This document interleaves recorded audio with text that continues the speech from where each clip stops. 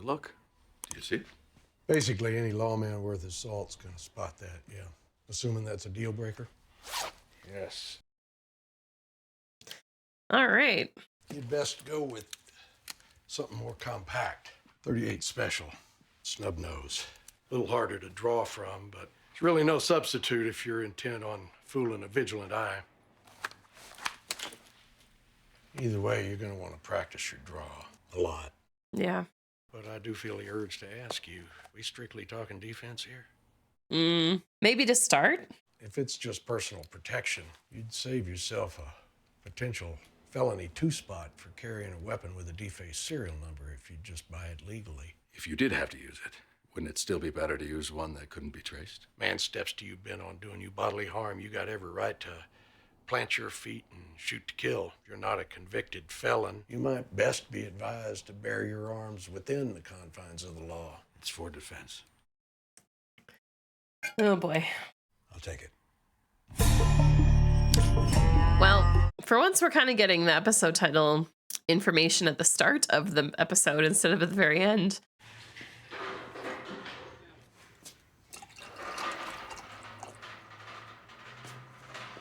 Thanks, buddy. I love places where people just come and top up the coffee for you without even having to ask.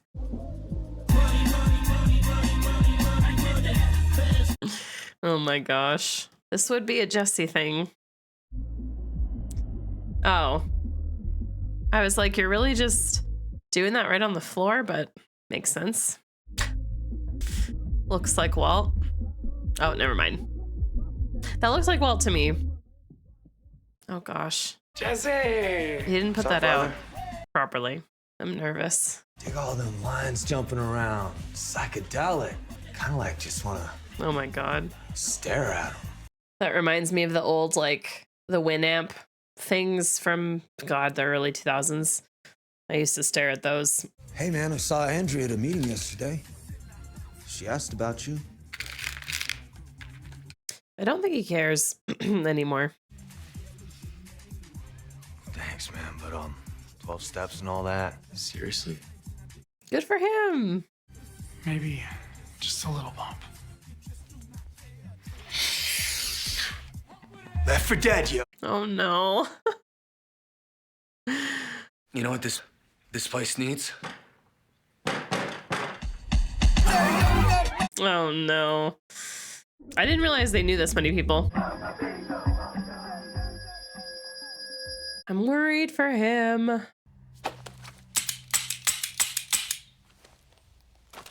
It was pretty fast. That face, though. It's a fucking scary face. Hi, Hank. Can you sleep? Actually, yes, Marie. This is me sleeping. What's it look like? It looks like you're looking at a rock at 2:24 in the morning. This is not a rock. This is a mineral for like the 10th time. I'm just asking if maybe You you know, want... last I counted, Marie, there are 4 bedrooms in this house. I'm not gonna lie, I was actually thinking that myself. I'm like, if you have a problem with it, you can go sleep somewhere else. Because Hank can't exactly move to go to a different bedroom himself. Like, I'm on Hank's side with it all. If I can't sleep, I'm fucking staying awake and doing whatever until I'm tired and fall back asleep. You know, a fully able-bodied person would be able to leave the room to not disturb their partner, but Hank can't do that. So if Marie keeps getting woken up and it's affecting her life, then she's got to be the one to sleep somewhere else, you know? Walt? Hello? Walt? Hank's bills are really starting to pile up here. Second order of business is the car wash. It's, What are you doing? what do you mean? Just left recorded proof of our intention to buy a car wash. I mean, this call is probably being tracked anyway, so whatever. I am more than happy to call Goodman myself. Hey, no. I will handle it, okay? Brother. Does he just run this thing 24/7? I love this perspective, though. There's a lot of people here still. What are you doing? I could still use a brain transplant right now. Yeah, I'm going to work. Get everybody some breakfast, stock up on liquor while you're at it. Keep this party going. I mean it, yo. I don't really know what good that's gonna do for Jesse, aside from like socialization, I guess. Gus? Or is it someone else? Really, Walt? What are you doing? Yeah, it's not even him anyway. Yo, you the new guy? Yeah. 201.6. Give it a second wave, if you would, please. New policy. What, Walter? Where's Gus? Why? Because I would like to speak with him. Walter, you're never gonna see him again. Honestly, to be expected, I think. But will that be true or not? That'll be interesting to see. Corolla gets a hand wax. Just a few more minutes and then we're on our way home. Okay, sweet girl? Mama's just doing her work here. Come on, way to soldier up. Aww. You doing it? Another few yards. Look at you! Way to go, honey! Keep it going. He's acting this really well. That's what I call kicking some ass. Oh, that was awesome, babe! Very nice. Yeah! Hey! Oh dear. Did you work up an appetite? I'm sure that you did. I was thinking about cooking tonight. So Murray, get out. Oh boy.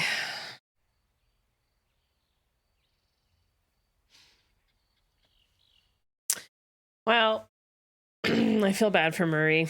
The savings on to you. What's savings? How much can it be to cut a damn pizza? Maybe it's like democratic. Cut your own pizza. Yeah, it's democratic. Someone's at the door. You got, yeah.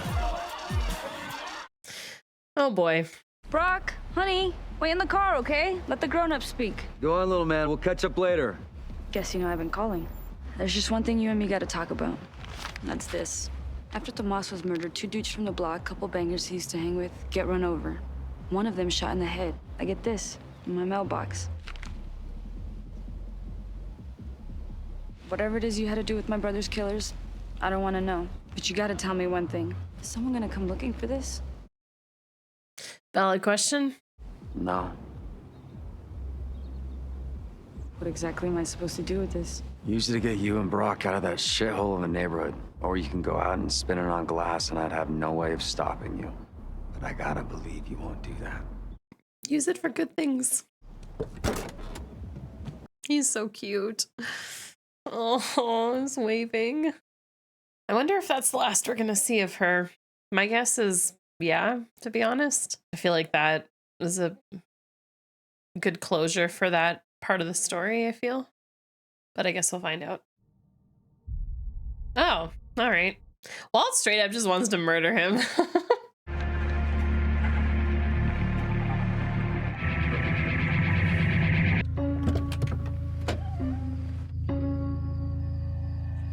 Wonder if Gus has cameras on the outside of his house. I know that wasn't like really a thing in the late 2000s, but you never know.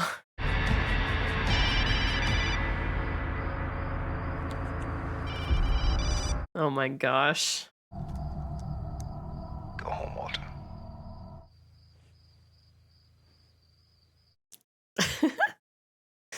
Pretty much called that. I feel like he does have cameras on the outside of his house. Ton of bricks. Rocks. Want me to wheel them inside for you? Thank you. Hank really do be hyperfixating right now. Marie, is that my minerals? Yes, Hank. How many boxes? I don't know. 300, 400, a million.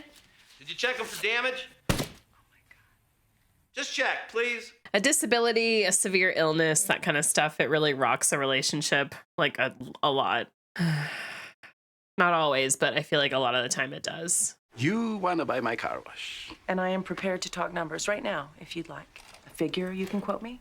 One which you think would adequately take $10 million. Well, that's a lot. 879,000. Where do you come up with this number? You pull it from your behind? Where'd you come up with the 10 million? Did you pull it from your behind? You average 19 cars per hour. Extrapolating, I added the extra revenues for hand waxes, I was wondering what she was doing that for. giving me an estimate of your annual cash flow. I applied the industry standard multiplier and added the market value of your real estate, estimated value of $829,000. I generously added an extra $50,000, so as not to be insulting. $20 million. Oh my god. This is the price for Walter White. He cursed at me and grabbed himself, but he's not man enough to come in here and face me himself. $20 million. Now please leave. Lost a loved one in an aviation disaster. Oh my god. Have you suffered injury, shock to the senses, or property damage as a result of airplane debris or, God forbid, falling body parts? Then call me, Saul Goodman. People will never fill the hole in your heart caused by your tragic loss, but you deserve. This is so accurate of lawyer advertisements and commercials from this time, or like even earlier, like early 2000s, late 1990s. Too funny. I love that. Hello, Walt. So it was Mike that told him to go home, Walter, right? It almost sounded like Gus in the moment, but You might want to learn how Yeah, to tail better it if was you're Mike. planning on making a habit of it. Can I buy you a drink? Why not? You make a hell of a lot more than I do. no. I didn't want any of this to happen. Everything I did out of loyalty to my partner. And then later, purely out of self-defense. I hope you can appreciate that. I appreciate that when you were going to kill me, you were simply following orders. There's a load off my mind. Fine. Drink up, Walter. Hell of a last couple of weeks. Same. So, what's with the piece? Right hip inside your waistband? I noticed it the other day at the lab. You and I, we're in the same boat. If it happened to Victor, it could happen to you. And what the hell was that anyway? Cuts a man's throat just to send a message. You won, Walter. You got the job. Do yourself a favor and learn to take yes for an answer. Good advice, honestly. Mike, just get me in a room and I'll do the rest. He doesn't work for you, though. You done? Yeah.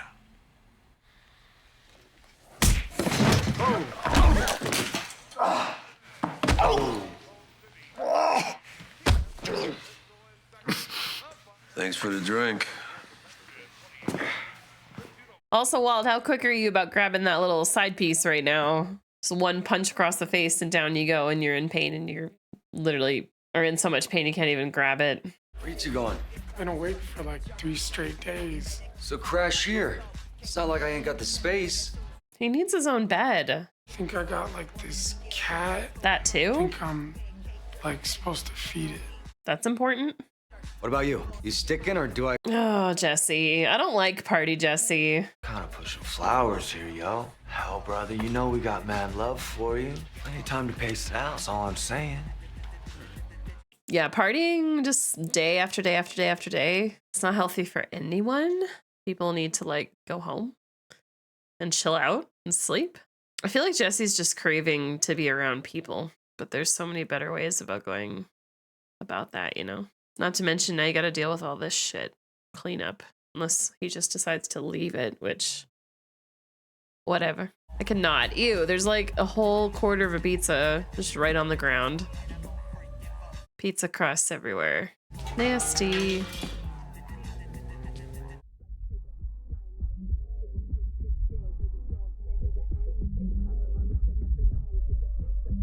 Jesse's been through so much. I feel like it's all building up, just affecting him a lot right now.